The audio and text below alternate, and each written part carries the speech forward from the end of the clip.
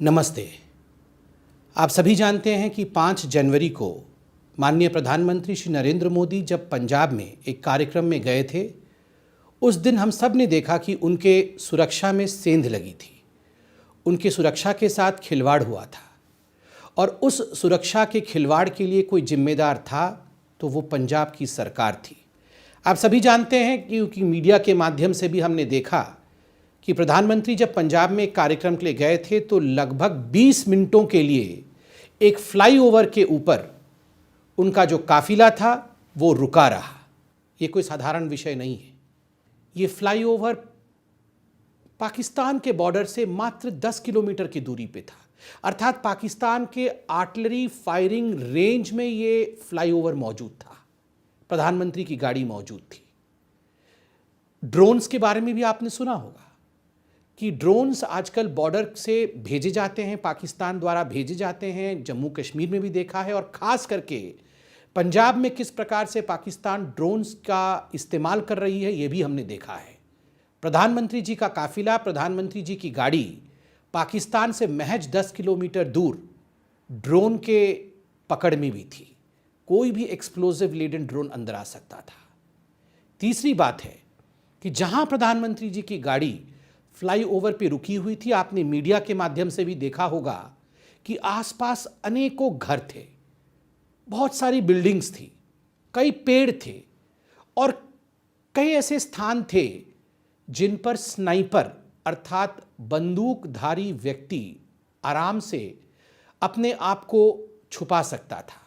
कहने का तात्पर्य है कि प्रधानमंत्री जी का जो वाहन था और खुद प्रधानमंत्री खतरे के घेरे में थे, खतरे के निकट थे।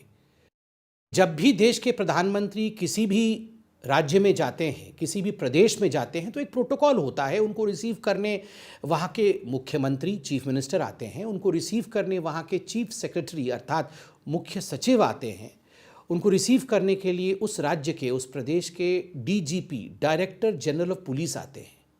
मगर 5 जनवरी को जब प्रधानमंत्री श्री नरेंद्र मोदी पंजाब पहुँचे, तीनों नदारद थे। आश्चर्य की बात है, ये कोइंसिडेंस हो सकता है क्या कि एक ही साथ तीनों मुख्य लोग, प्रशासन के तीनों पिलर्स एक साथ मौजूद नहीं होना? Is it just a coincidence और अ कॉन्स्पिरेसी? ये आप सोच के देखिएगा। प्रधानमंत्री का जो काफिला है, उस काफिले में चीफ सेक्रेटरी, मुख्य सचिव और DGP, director general of police, दोनों के लिए ईयर मार्क्ड गाड़ियां मौजूद थी। अर्थात जिन गाड़ियों में इन महानुभावों को बैठना था वो गाड़ियां मौजूद थी, किंतु आपको जान के आश्चर्य होगा, वो गाड़ियां खाली थी। उनमें ना मुख्य सचिव थे और ना ही डीजीपी मौजूद थे। ऐसा क्यों? मुख्यमंत्री चन्नी साहब ने बाद में कहा कि वो किसी कोविड पेशेंट के संपर्क में आए थे, उनके किसी मित्र को कोविड हो गया था और इस कारण से उन्होंने उचित समझा कि वो चूंकि एक्सपोज हो चुके हैं, वो बाहर ना आए और प्रधानमंत्री या उनके काफिले को एक्सपोज ना करें। ये तो समझ में आता है, किंतु शाम होते होते चन्नी साहब प्रेस कॉन्फ्रेंस को एड्रेस कर रहे थे, हजारों के भीड़ में मौजूद थे। कहीं ना कहीं ये बात हजम नहीं होती है। और तो और चन्नी साहब रिसीव करने नहीं आए, किंतु चन्नी साहब फोन पे तो उपलब्ध हो सकते थे। आपको जान के हैरत होगी कि जब ये सारा प्रकल्प हो रहा था, ये प्रकरण हो रही थी, जब प्रधानमंत्री जी के सुरक्षा के साथ खिलवाड़ हो रहा था, उस समय चन्नी साहब को कई बार, मुख्यमंत्री जी को कई बार फोन के माध्यम से उनसे संपर्क स्थापित करने की कोशिश की गई, किंतु एक बार भी मुख्यमंत्री महोदय अपने फोन पर नहीं आए। He was not available on the phone. ठीक है, कोविड के कारण आप बाहर नहीं आए, ये तो समझ में आता है, किंतु कोविड के कारण आप फोन पे नहीं आए, ये बात हजम नहीं होती है। मुख्यमंत्री नदारत, मुख्य सचिव नदारत, डीजीपी नदारत और देश के प्रधानमंत्री की सुरक्षा में सेंध। ये कुछ बहुत महत्वपूर्ण सवाल छोड़ते हैं देश के निवासियों के मन में और भारतवासियों के हृदय में। आपको यह भी जान के बड़ा विचित्र लगेगा कि चन्नी साहब ने पहली बार जब कैमरे को फेस किया प्रधानमंत्री जी के सुरक्षा घेरे के सेंध के पश्चात, तो उन्होंने कहा ये जो सुरक्षा चूक हुआ है ये कुदरती है, ये कुदरती सुरक्षा चूक है। वैसे मुझे तो समझ में नहीं आ रहा है कुदरती सुरक्षा चूक क्या होता है, मगर आप सबने ध्यान से सुना होगा कि उन्होंने उस समय ये कन्फेस किया, चन्नी साहब ने माना कि सुरक्षा घेरे में कहीं ना कहीं चूक हुई है और उसका कारण कुदरती है, नेचुरल है। मगर आश्चर्य तब होता है जब कुछ घंटों के पश्चात चन्नी साहब यू टर्न करते हैं और वही मुख्यमंत्री जो कुदरती सुरक्षा चूक कह रहे थे, कहना आरंभ कर देते हैं कि कोई सुरक्षा चूक नहीं हुआ है। दोनों बातें तो सच नहीं हो सकती हैं। और तो और चन्नी साहब ने यह भी क्या कहा है, हमने मीडिया के माध्यम से देखा कि इस पूरे प्रकल्प का मैंने ब्रीफ बना करके प्रियंका वाड्रा जी को बताया है। आखिर ये बात समझ में नहीं आती है कि चन्नी साहब एक सिटिंग मुख्यमंत्री हैं और इस पूरे प्रधानमंत्री के सुरक्षा में जो सेंध है, ये गंभीर मसला है, एक संवेदनशील और सेंसिटिव मसला है। उस विषय को अगर ब्रीफ करना ही था तो उन्होंने ब्रीफ प्रियंका वाड्रा को किया, जो कि किसी कॉन्स्टिट्यूशनल या संवैधानिक पद में नहीं। ये बात भी हजम नहीं होती है। आखिरकार एक सवाल उठता है कि जो प्रदर्शनकारी थे जिन्होंने 20 मिनटों तक, क्योंकि 20 मिनटों के पश्चात प्रधानमंत्री जी का काफिला वापस आता है, जिन्होंने 20 मिनटों तक प्रधानमंत्री जी के काफिले को फ्लाईओवर के ऊपर रोक के रखा, आखिरकार इन प्रदर्शनकारियों को कैसे मालूम पड़ा कि प्रधानमंत्री इस रूट में आने वाले हैं? जो प्रिसाइज रूट, जिसको अंग्रेजी में कहते हैं precise route, how did those protesters learn about the precise route of the prime minister? सटीक राह, जिस रास्ते पे प्रधानमंत्री आने वाले होते हैं, वो गुप्त रखा जाता है, वो किसी को बताया नहीं जाता है। It is not disclosed. किंतु दुखद विषय है, आश्चर्यजनक विषय है, चिंताजनक विषय है। आप सोच के देखिए, प्रधानमंत्री सटीक रूप से किस समय किस सड़क पर चल रहे हैं, ये प्रदर्शनकारियों को पहले से पता था, वह भी एक शॉर्ट टाइम पीरियड के अंदर, एक बहुत कम समय के अंदर ये खबर प्रदर्शनकारियों तक पहुंचती है और वो पूरी व्यवस्था के साथ सड़क पर उतर जाते हैं। ये कैसे हो सकता है? जबकि इस विषय में केवल डीजीपी को पता था, क्योंकि एसपीजी के डायरेक्टर और डीजीपी के बीच सघन चर्चा हुई थी फोन के माध्यम से, और ये निर्णय लिया गया था कि सड़क रूट से अब प्रधानमंत्री को जाना पड़ेगा, क्योंकि वेदर अच्छी नहीं है, मौसम ठीक नहीं है, तो सड़क के रूट से प्रधानमंत्री जाएंगे। ये विषय और किस सड़क के रूट से जाएंगे ये केवल डीजीपी को पता था। उसके बाद ये प्रोटेस्टर्स कैसे जान गए कि प्रधानमंत्री किस रूट से जाने वाले हैं, ये भी समझने वाली बात है। दूसरा प्रश्न उठता है जो आज आम जनता पूछ रही है कि आखिरकार ये जो पंजाब पुलिस ये जिस सेंध के लिए जिम्मेदार थी, सुरक्षा चूक के लिए जिम्मेदार थी, क्या उसकी एक मिली भगत है, कॉनाइवेंस है, या फिर ये एक केयरलेसनेस या लापरवाही है? कॉनाइवेंस और केयरलेसनेस, लापरवाही या जिम्मेदारी, मिली भगत क्या है?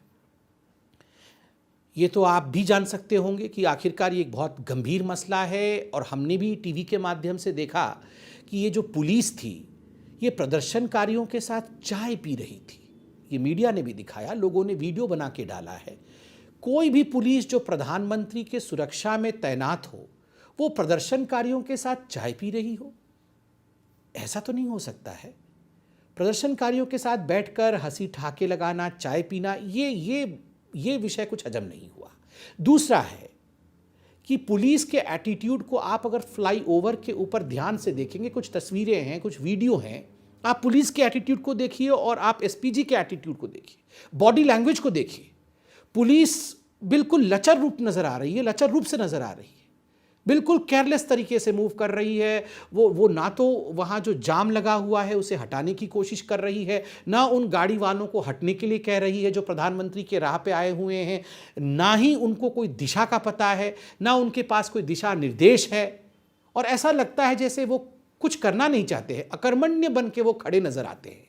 और एसपीजी को देखिए, तैनात है, चुस्त है, दुरुस्त है, प्रधानमंत्री जी को चारों तरफ से वो घेर करके खड़ी है, क्योंकि प्रधानमंत्री जी के बॉडी प्रोटेक्शन के लिए और क्लोज प्रॉक्सिमिटी के प्रोटेक्शन के लिए अगर कोई जिम्मेदार है तो वो एसपीजी है। इसलिए एसपीजी के बॉडी लैंग्वेज और पुलिस के बॉडी लैंग्वेज में ये जो आकाश पाताल का फर्क है, यह भी दिखता है।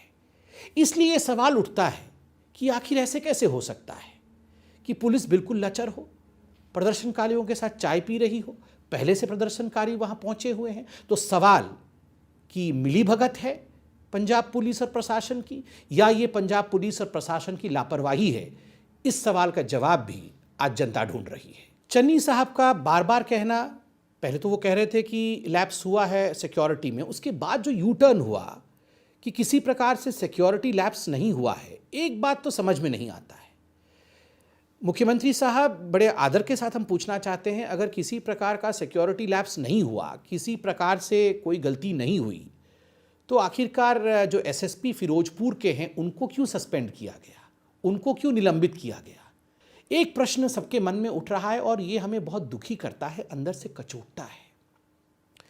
टीवी डिबेट्स में, प्रेस कॉन्फ्रेंसेस में कांग्रेस के जो बड़े नेता हैं और कांग्रेस के जो प्रवक्ता हैं, वो बार बार एक सवाल पूछ रहे हैं। जो हमारे पंजाब के प्रशासक हैं, पंजाब के सरकार के मंत्री हैं, वो भी ये सवाल पूछ रहे हैं कि आखिरकार प्रधानमंत्री का जो ये हेलीकॉप्टर है, वो तो ऑल वेदर हेलीकॉप्टर था, वो तो किसी भी वेदर में उड़ सकता है, तो प्रधानमंत्री जी ने रोड रूट क्यों चुना और वो हेलीकॉप्टर से क्यों नहीं आगे बढ़ गए कार्यक्रम स्थल की ओर? दुख इस बात का होता है कि हमने चंद हफ्तों पहले हमारे देश के वीर सैनिकों को खोया है।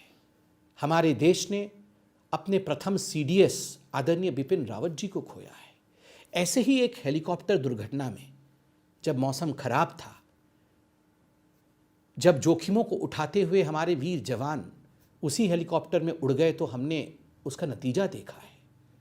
आखिर ये कांग्रेस सवाल क्यों पूछ रही है कि ऑल वेदर हेलीकॉप्टर है और प्रधानमंत्री को हेलीकॉप्टर में ही जाना चाहिए था? इसके पीछे का मंसूबा क्या है, इसका उत्तर भी कांग्रेस को देना चाहिए। कई लोग ये भी कह रहे हैं, कांग्रेस के नेता और खास करके जो नरेंद्र मोदी जी के प्रति और हिंदुस्तान के प्रति नफरत रखते हैं, कि बस 20 ही मिनट तो था, 20 मिनट के लिए प्रधानमंत्री क्या एक जाम में नहीं फंस सकते हैं?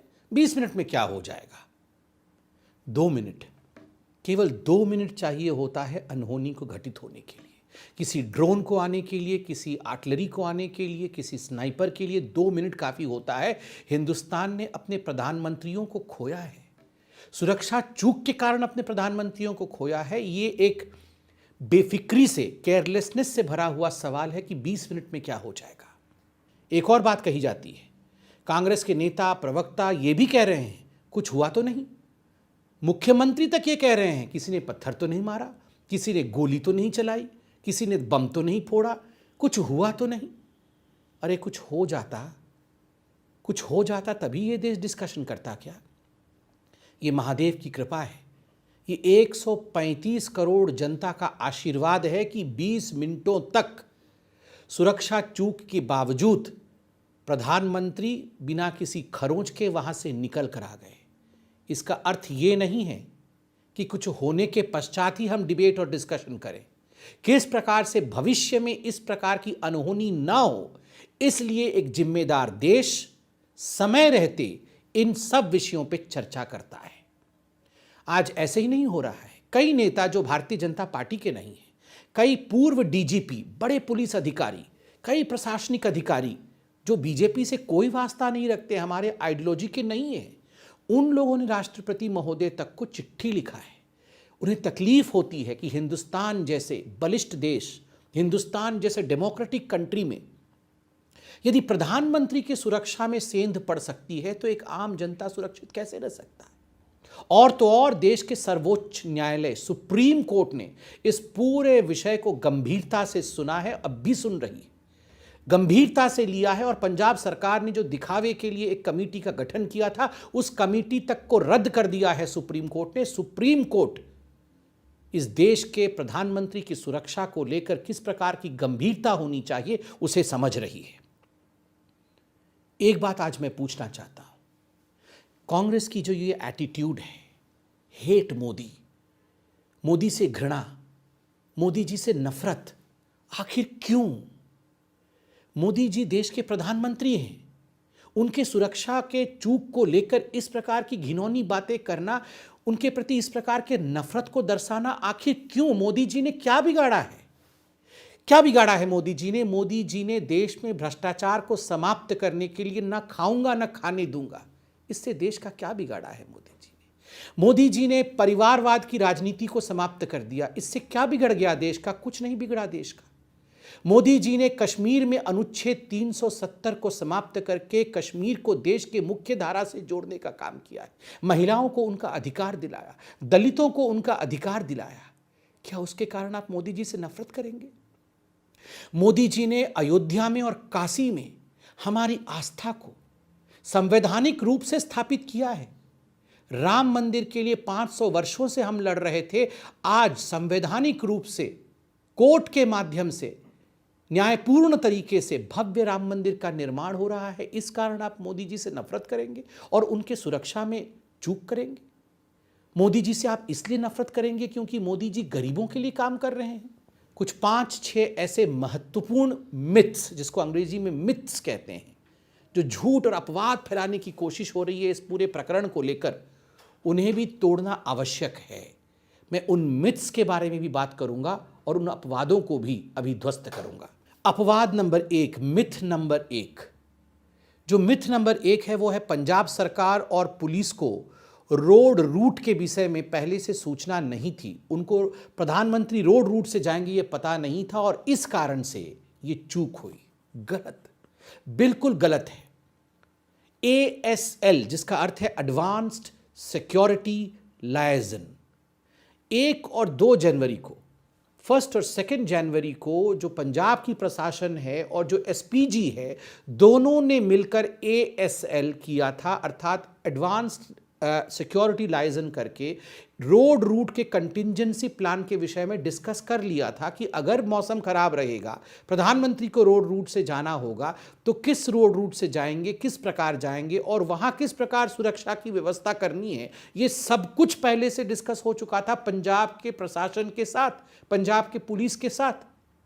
और तो और इस पूरे ASL को लेकर 4 जनवरी को, अर्थात प्रधानमंत्री जी के आने से ठीक 1 दिन पहले, रोड रिहर्सल तक हो चुका था। अर्थात भटिंडा से लेकर फिरोजपुर तक का सफर, जो जिस रोड रूट में प्रधानमंत्री जा रहे थे, उसका पूरा रिहर्सल पंजाब पुलिस ने किया था। SPG भी मौजूद थी। रिहर्सल होने के बावजूद ये कहना कि हमारे लिए तो ये आश्चर्य का विषय था, रोड रूट के विषय में पता ही नहीं था, इस कारण ये चूक हुआ, कहीं ना कहीं झूठ बोला जा रहा है।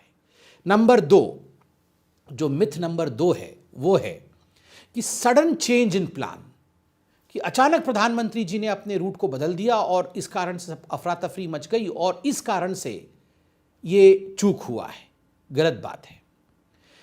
जब प्रधानमंत्री पंजाब पहुंचे, खराब मौसम के कारण जब हेलीकॉप्टर टेक ऑफ नहीं कर पाई और ये निर्धारित किया गया, ये निश्चित किया गया कि प्रधानमंत्री अब रोड रूट से जाएंगे, यह पूरा विषय DGP, राज्य के डायरेक्टर जनरल ऑफ पुलिस के साथ साझा किया गया, उनके साथ ये डिस्कस किया गया और जब DGP महोदय ने क्लियरेंस दिया, उसके पश्चात ही प्रधानमंत्री उस रूट पे आगे बढ़ते हैं। तो ये कहना कि अचानक प्लान चेंज हुआ, ये गलत बात है। DGP को इसकी इंफॉर्मेशन थी, SPG और DGP ने बात किया था। और तो और जो भटिंडा के SSP हैं, जो पायलट गाड़ी चलती है, उसको लीड करने का काम SSP भटिंडा कर रहे थे। अर्थात ये गलत बात है कि ये सब कुछ सडन हुआ, क्योंकि राह दिखाने का काम पंजाब पुलिस ही खुद कर रही थी। तो ये कहना कि अचानक राह बदल गया, ये गलत बात है। तीसरा मिथ जो झूठ फैलाया जा रहा है कि जो पंजाब की पुलिस थी, जो पंजाब की प्रशासन थी, वो प्रधानमंत्री के ऊपर किस प्रकार के असुरक्षा के भाव थे, किस प्रकार के सिक्योरिटी थ्रेट्स थे, उससे वो अवगत नहीं थी। यह भी झूठी बात है, गलत बात है। क्योंकि जो इंटरनल कम्युनिकेशंस है पंजाब पुलिस की, अगर आप उन इंटरनल कम्युनिकेशंस को देखेंगे तो आप पाएंगे कि पंजाब पुलिस ने आपस में बातचीत की है कि प्रधानमंत्री के ऊपर खतरा हो सकता है, इसलिए ट्रैफिक डाइवर्शन प्लान वो भी पंजाब पुलिस ने तैयार किया था। पंजाब पुलिस ने यह भी बात किया है कि ऐसा भी संभव है कि कुछ जगहों पर अगर प्रधानमंत्री रोड से जाए तो प्रोटेस्टर्स भी आ सकते हैं। तो किस प्रकार से वैसे सिचुएशन को डील करना है, उस पर भी इंटरनल कम्युनिकेशन पे पंजाब पुलिस ने बात किया हुआ है। ये सब कुछ बातचीत उनकी इंटरनल डॉक्यूमेंटेशन दिखाती है, किंतु धरातल पे जब ये सारी बातों को होना था तब चूक हो जाती है, तब ये सब कुछ नहीं होता है। तो ये कहीं ना कहीं जो मिथ फैलाया जा रहा है, जो झूठ फैलाया जा रहा है कि प्रधानमंत्री के ऊपर किस प्रकार के खतरे थे, इससे पंजाब पुलिस अभिन्न थी, वो जानती नहीं थी, ये गलत है। वो जानती थी मगर उन्होंने कुछ किया नहीं। चौथा मिथ या चौथी झूठी बात जो फैलाई जा रही है इस पूरे प्रकरण में कि प्रधानमंत्री को बचाने का काम केवल और केवल एसपीजी का है, पंजाब पुलिस का इसमें कोई रोल नहीं है। सरासर गलत। और यहाँ मैं तो कागज का भी सहारा लूंगा और पढ़ के भी सुनाऊंगा। आप सब ने सुना होगा, अभी मीडिया में भी चल रहा होगा, एसपीजी के ब्लू बुक के बारे में। एसपीजी की एक ब्लू बुक होती है और उस ब्लू बुक में नियम उद्धृत होते हैं, नियम लिखे जाते हैं। उस ब्लू बुक के क्या नियम है मैं पढ़ के सुनाता हूं। Chapter 1, rule number 1, The overall responsibility for ensuring the safety of Prime Minister rests with the state government and the responsibility for providing proximate security rests with the SPG Act 1988। मतलब जो प्रधानमंत्री की सुरक्षा का जो ओवरऑल चार्ज है उसके लिए कोई जिम्मेदार है तो पंजाब पुलिस और पंजाब की सरकार, पंजाब का प्रशासन था। प्रॉक्सिमेट बॉडी सिक्योरिटी के लिए, एकदम पास की सिक्योरिटी के लिए एसपीजी जिम्मेदार थे और एसपीजी वो कर रही थी, वो हमने फोटो और वीडियो के माध्यम से देखा है। चैप्टर 1, रूल नंबर 2, स्टेट्स क्या बताती है वो? The state police shell make all protective arrangement for the security and safety of PM. PM के सिक्योरिटी और सेफ्टी के लिए कोई भी प्रावधान करने हैं तो वो स्टेट की पुलिस, राज्य की पुलिस करेगी, एसपीजी नहीं करेगी। ऑन चैप्टर 1, रूल नंबर 5, ये क्या बताती है? Implementation of this rules will be the responsibility of the DGP of the state. जो डायरेक्टर जनरल ऑफ पुलिस हैं उनकी ये जिम्मेदारी है कि ये जो रूल्स हैं उनको ग्राउंड पे लागू कराएं और अपनी पुलिस से लागू कराएं। ये जिम्मेदारी डीजीपी की है। पुलिस भी चूकी, डीजीपी भी चुके और इसी के कारण से प्रधानमंत्री जी के सुरक्षा में सेंध हुआ है। जो अंतिम मिथ है, द फिफ्थ मिथ, जो पांचवा झूठी बात यहां फैलाई गई है वो है कि पंजाब पुलिस ने अच्छा काम किया है और पंजाब पुलिस ने प्रधानमंत्री जी की सुरक्षा का पूरा ध्यान रखा है। सरासर गलत। आपको जान के आश्चर्य होगा कि अगर, बाकी तो मैंने पूरा समझाया ही, केवल कंट्रोल रूम, पंजाब पुलिस का जो कंट्रोल रूम है वो कंट्रोल रूम ही केवल फोन करके जो पायलट गाड़ी थी उसको बता देती कि फलाने फ्लाईओवर के ऊपर प्रदर्शनकारी और जाम मौजूद है, प्रधानमंत्री जी के रूट को डाइवर्ट कर दिया जाए, यहाँ नहीं आने दिया जाए, तो प्रधानमंत्री जी की गाड़ी उस फ्लाईओवर के ऊपर 20 मिनटों तक नहीं फंसी होती और वो एक खतरनाक स्थल पर जाके नहीं पहुँचते जहाँ कुछ भी हो सकता था। मगर कंट्रोल रूम भी चूक गई। और तो और पुलिस जिस प्रकार की अकर्मण्यता में दिखी, इनएक्टिव पुलिस, चाय पीती, प्रदर्शनकारियों के साथ चाय पीती हुई पुलिस, बॉडी लैंग्वेज देखिए पुलिस की, पुलिस कहीं तैनात ही नजर नहीं आ रही थी प्रधानमंत्री के आसपास। जबकि आप सोचिए, आप और हम अगर पुलिस में होते और हमारे देश के प्रधानमंत्री कहीं अचानक इस प्रकार सड़क के बीचों बीच फंस गए होते तो स्वाभाविक प्रक्रिया होती है दौड़ करके घेर लेना चारों तरफ से, ताकि हमारे देश के प्रधान के ऊपर, प्रधान सेवक के ऊपर किसी प्रकार का कोई खतरा न मंडराए। मगर पुलिस का जो व्यवहार था वो हमने देखा। पुलिस लचर नजर आ रही थी, अकर्मण्य नजर आ रही थी। बंधुओं, में अंत में इतना ही कहना चाहूँगा, देश के प्रधानमंत्री किसी पार्टी के प्रधानमंत्री नहीं होते हैं। देश के प्रधानमंत्री राष्ट्र के प्रधानमंत्री होते हैं, हमारे देश के गौरव होते हैं। 135 करोड़ की जनता के प्रेम के कारण नरेंद्र मोदी जी को चुना गया है। अगर हम अपने देश के प्रधानमंत्री की सुरक्षा के प्रति, उनके वेलबींग के प्रति, कानून के प्रति, नियमों के प्रति अवगत नहीं रहेंगे, उनके सुरक्षा के साथ खिलवाड़ करेंगे, तो इस देश में एक आम जनता भी सुरक्षित नहीं है। कुछ विषय राजनीति से ऊपर होते हैं और कुछ विषय राष्ट्रनीति के होते हैं। धन्यवाद।